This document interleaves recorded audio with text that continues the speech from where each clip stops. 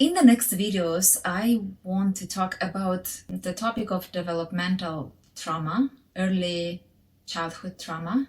It's a profound topic because of how profoundly it impacts our life as adults. As a general, developmental trauma happens when a child's physical, emotional, psychological, and spiritual needs are not met by the caregivers in their lives. And before I go into the trauma, I thought I'll focus in this video on what are these needs actually. This is a compilation of our deepest emotional needs that also form the basis of healthy attachments when met. So I'm going to look at them from the adult perspective, like what you and me, what every adult needs in a relationship. So let's look at them. The need to be heard. It's to feel appreciated and important to your partner. You need to feel heard. Of course, you don't need to agree with everything your partner says, but you do have to listen. And you do have to respect his or her opinion. That means actually actively listening and reflecting on what you've heard and agreeing on a solution or using this information constructively in the relationship going forward. In a relationship between mother and child, often it's this misattunement on the part of the caregiver that makes it very difficult to hear what the child needs. And this is part of what causes a problem and can be traumatic developmentally. Then the second is the need to belong and feel accepted.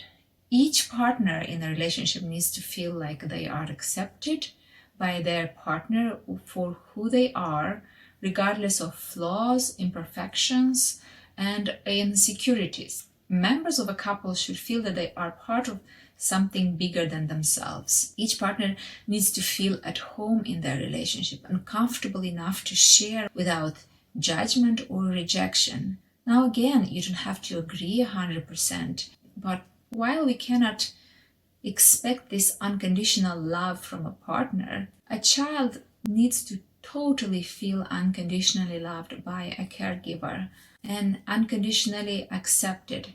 When that doesn't happen, that can cause all kinds of false beliefs and conclusions. When a couple hits rocky terrain, one of the main complaints can be this need to really feel loved and accepted. But if as a child you didn't feel this love and accepted, often you would be the first one to sabotage your love and acceptance. You would be the first one not to love and accept yourself unconditionally.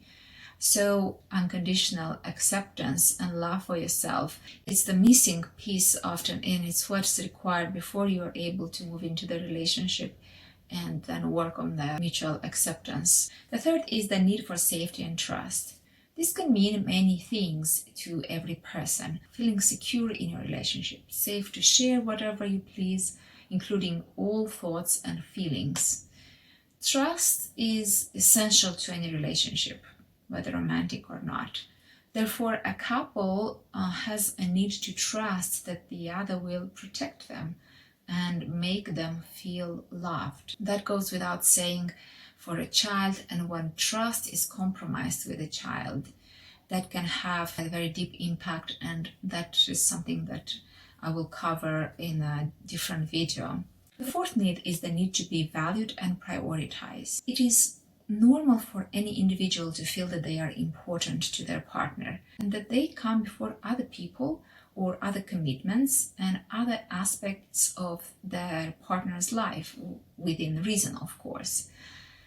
Each partner should feel valued by the other and know that if they need the other, they will be prioritized. I remember John Gottman's one of those 7 principles for happy marriages being fondness and admiration for the other.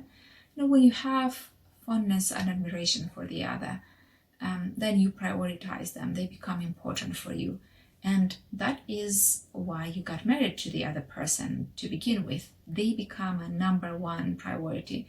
Often that's not the case. Often people let work or other commitments take over, and then they are surprised why the relationship is not working, why they are facing these difficulties. But that makes total sense. If you don't attend to something, that will suffer.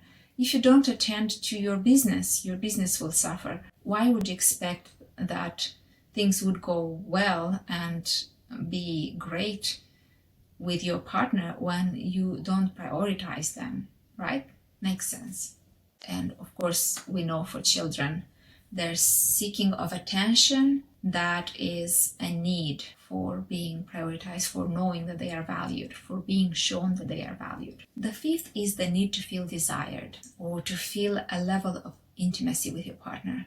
Intimacy can simply mean closeness or closeness in a private way. Something as small as a kiss or a hug can be intimate, or even a glance shared across the room, especially a crowded room in a social setting. And it goes without saying how sensitive children can be to rejection when they come to you and you're busy and don't have time for them. The sixth is the need for autonomy and space.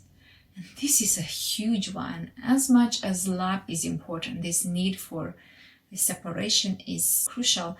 And when that need is compromised for little children, when they first start to, break away and gain their autonomy, that is also has a lifelong impact. Each individual in a relationship should have a sense of independence or a life outside of their relationship. Also, we need space or the opportunity to reflect upon or learn from and consolidate our experiences. And usually in our frantic world, this often becomes a scarce commodity, after which sometimes we must deliberately seek. And 7 is the need to feel aligned or together, or I would say in harmony. We are together in this. There is this harmony between us. Feeling aligned with your partner isn't about having the same hobbies or playlists. It's almost knowing you want roughly the same things from your shared life together. In John Gottman's research, this was the shared values, the shared meaning that you create in a relationship. This includes things such as where each partner stands on marriage, having kids, parenting, culture, religion, money, drug use, sex, where would you like to live, or where do you see our future heading?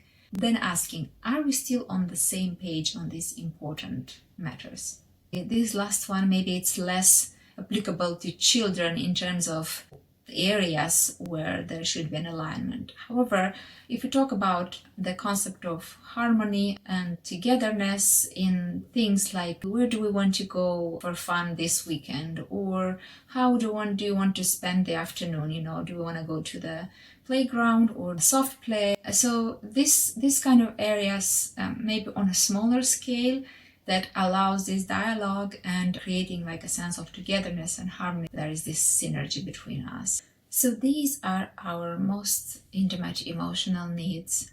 You recognize that, especially when you hear people say, I don't feel heard, I don't feel seen, I haven't felt valued, I'm not valued in this relationship, I'm not prioritized, or they don't see me, they don't hear me, they don't hear my needs. That can cause deep pain, because often people come to this relationship in the hope that some of these needs that maybe haven't been met as children even finally have a chance to be fulfilled.